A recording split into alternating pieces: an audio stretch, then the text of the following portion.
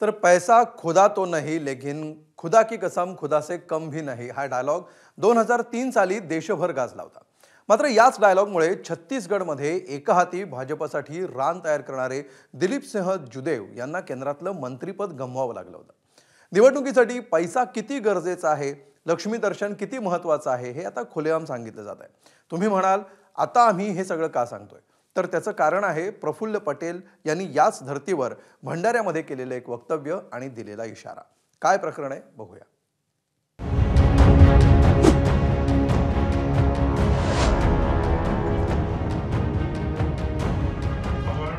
सक्षम हो, कोणी समजू नका की कोणी बाहुबली आहे आणि म्हणून ते निवडून येणार आहे।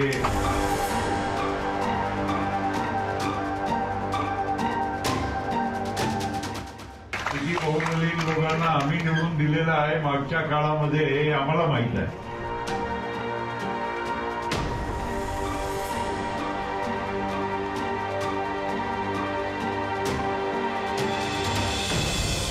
दोन पैसे आणि पैसे पुढे नुसते निवडणूक पैसे माध्यम आहे, जरूर लागतात।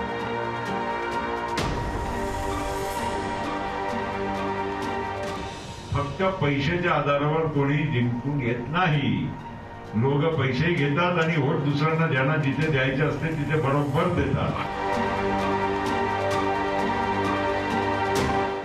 समझने वाले को इशारा काफी है।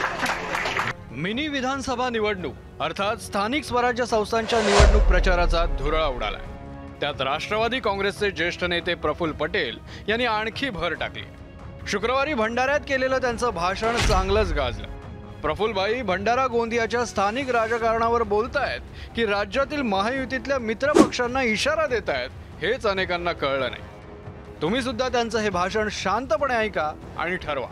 आपण सक्षम हो, इतरांनी आपली चिंता करावं लागेल। आपल्याला इतरांची चिंता करण्यापेक्षा कोणी समजू नका की कोणी बाहुबली आहे आणि म्हणून ते निवडून येणार आहे, हे कोणी काय आहे। किती बाहुबली लोकांना आम्ही निवडून दिलेलं आहे मागच्या काळामध्ये हे आम्हाला माहित आहे। कोणी काही असा विचार करू नका की कोणाच्या म्हणजे काय ठीक आहे, दोन पैसे आणि पैसे पुढे नुसते निवडणूक पैसे माध्यम आहे, जरूर लागतात। महायुतीत असलो तरी राष्ट्रवादीची एक वेगळी ओळख कायम ठेवली आहे असं प्रफुल्ल पटेलांनी ठासून सांगितलंय। निवडणुकीत पैशाच्या वापराबद्दलही सूचक उद्गार त्यांनी काढले।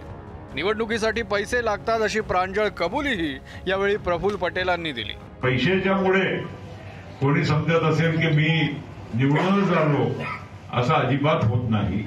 जितके लागतात तेवढे खर्च करावंच लागते आणि ते होणार, पण फक्त पैशाच्या आधारावर कोणी जिंकून येत नाही। लोक पैसे घेतात आणि वोट दुसऱ्यांना ज्यांना जिथे द्यायचे असते तिथे बरोबर देतात। समझने वाले को इशारा काफी है। म्हणून आता जास्त काय बोलायचं नाहीये, आता कामाला लागा। प्रफुल्ल पटेलांच्या 3 वाक्यांचे अनेकांनी वेगवेगळे अर्थ काढायला सुरुवात केली। त्यांचं राजकारण काय मला माहिती नाही। मी एक नाही 4 वेळा निवडून आले।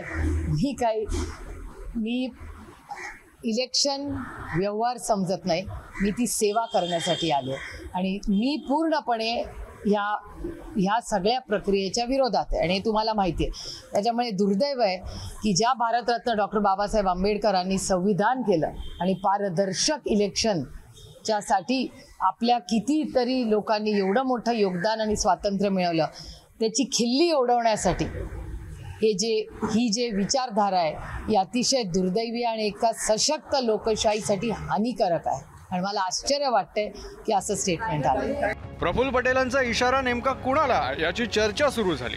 कुणी म्हणालं पक्षातील नेत्यांबद्दल तर कुणी म्हणालं भाजपसाठी बोलले।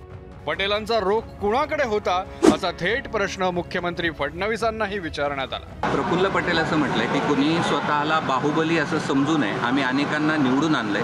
राष्ट्रवादी काँग्रेस हा स्वतंत्र पक्ष आहे, त्यांचा रोख कुणाकडे हे काय कळत नाही। तुम्ही शोधून काढा कोणाकडे रोख आहे, आमच्याकडे तर नाही आहे एवढं नक्की सांगतो। त्यावर दिवसभर भरपूर चर्चा आणि चर्वण सुरूच राहिलं। अखेर प्रफुल्ल पटेलांनी स्पष्टीकरणही दिलं। काही लोक आता निवडणुका येतात तेव्हा अनेक लोक आपापल्या पद्धतीनं भाष्य करत असतात। काही स्टेटमेंट असे देतात की आम्ही आहो, पैसे आहे वगैरे आहे।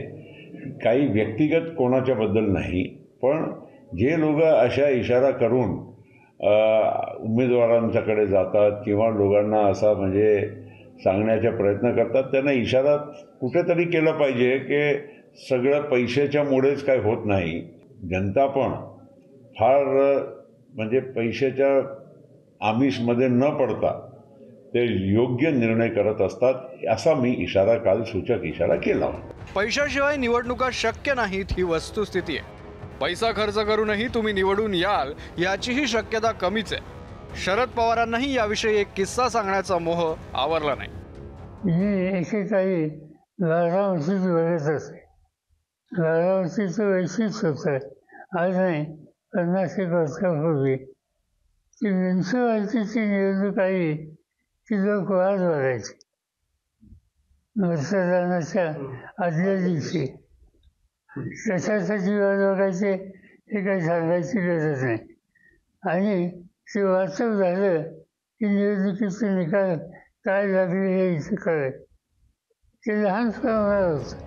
राष्ट्रवादी काँग्रेसमध्ये सध्या अनेक घडामोडी सुरू आहेत. तशाच घडामोडी महायुतीतील तिन्ही पक्षांमध्येही सुरू आहेत. त्यामुळे प्रफुल्ल पटेलांचा रोख नेमका कोणाकडे होता याचा अंदाज बांधणं सर्वसामान्यांसाठी कठीणच असेल. मात्र त्यांनी स्वतःच सांगितल्याप्रमाणे समजने वाले को इशारा काफी है. त्यामुळे ज्यांच्यापर्यंत संदेश द्यायचा त्यांना पोहोचला आणि त्यांना कळला तरी पुरेसं असेल. ब्युरो रिपोर्ट, एबीपी माझा. एबीपी माझा, उघडा डोळे बघा नीट.